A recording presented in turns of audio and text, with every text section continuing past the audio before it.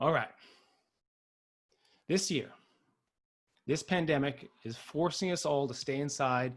It's been hard on all of us mentally. I work at the H. Macmillan Space Center, as you just heard, and we're closed. And so I'm forced to work from my kitchen.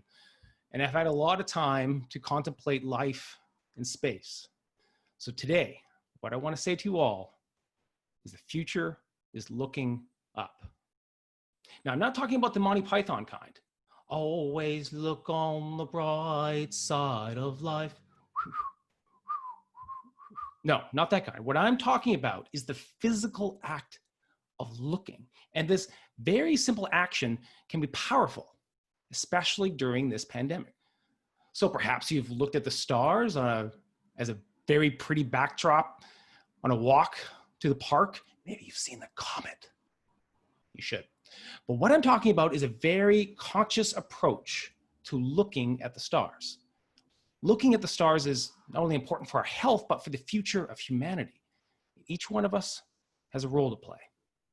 So let's break down how this works. First, just going outside is a gift from the earth itself. I mean, there have been many studies that show the very benefits of going outdoors. And a lot of it is intuitive. It boosts your energy, your creativity, your focus, your immune system. However, a lot of that is focused on the benefits of going outside during the daytime. Now, I don't want to discourage you from going outside during the daytime because yes, it is healthy. Go outside. But what about going outside at night? Are there any benefits to that? When you look at the stars, you are looking at the past, the present, and the future all at once. Now, this time traveling exercise, I believe, is very important to not only connect to the earth, but to all of the cosmos and your place inside of it. So let's take Polaris, the North Star. It's easy to find. You just take the Big Dipper, you take the bowl, draw a straight line, and you find Polaris, the end of the handle of the Little Dipper. Now, when you're looking at this star, the light that's hitting your eye took 434 years to travel to you. 434 years ago, Copernicus was just publishing this wild idea of the heliocentric model of the universe. An idea so radical at the time that nobody believed it. And yet this idea that would eventually change everything still wasn't totally right. Because just remember that you're standing on a planet that's evolving and revolving at 900 miles an hour. It's orbiting at 90 miles a second. So it's reckoned the sun that is the source of all our power. Now the sun and you and me and all the stars that we can see are moving at 1,000,000 miles a day in the outer spiral arm at 40,000 miles an hour of a galaxy we call the Milky Way. Now, it's actually not the Milky Way, but because we're inside of it. We're just on the outer edge here, not the center of the universe. Now, that's the second Monty Python reference. I'm sorry if anyone out there doesn't know who Monty Python is. I apologize, but if you're paying attention, you probably know how this is going to end. Okay, so you're looking at Polaris and thinking of all the time that has passed for those photons to have traveled to hit your eye, and it seems so overwhelming. We should be so thankful for that journey. Thank you, photons. But what do the stars represent?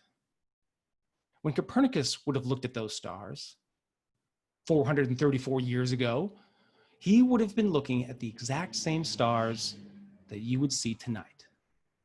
So what that means is that 434 years into the future, there will be another human that will also be looking at those same stars.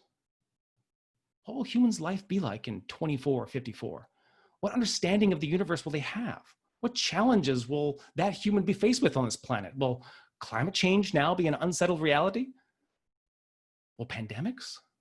Perhaps they've solved all of it, but are now faced with new questions that we can't even fathom at this moment. The future is full of time and space. One of those things is measurable. The other is full of mystery, wonder, and curiosity. Which brings me to my final perspective. By looking up at the stars, you are looking backwards and forwards in time, and there you are, standing there full of worry and anxiety. When will this pandemic be over? Will I get sick? When can I go back to work? When can I hug my friends? And in that breath of time that you've taken to contemplate the past, the present, and the future, you have found yourself right there in the present. And those questions of when don't feel so daunting anymore.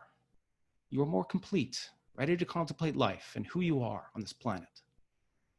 And who am I? Well, I'm a lumberjack and I'm okay. I sleep all night and I work all day. I cut down trees, I skip and jump. I like to press wildflowers. I put on women's clothing and hang around in bars. Soon. The future is looking up, everyone.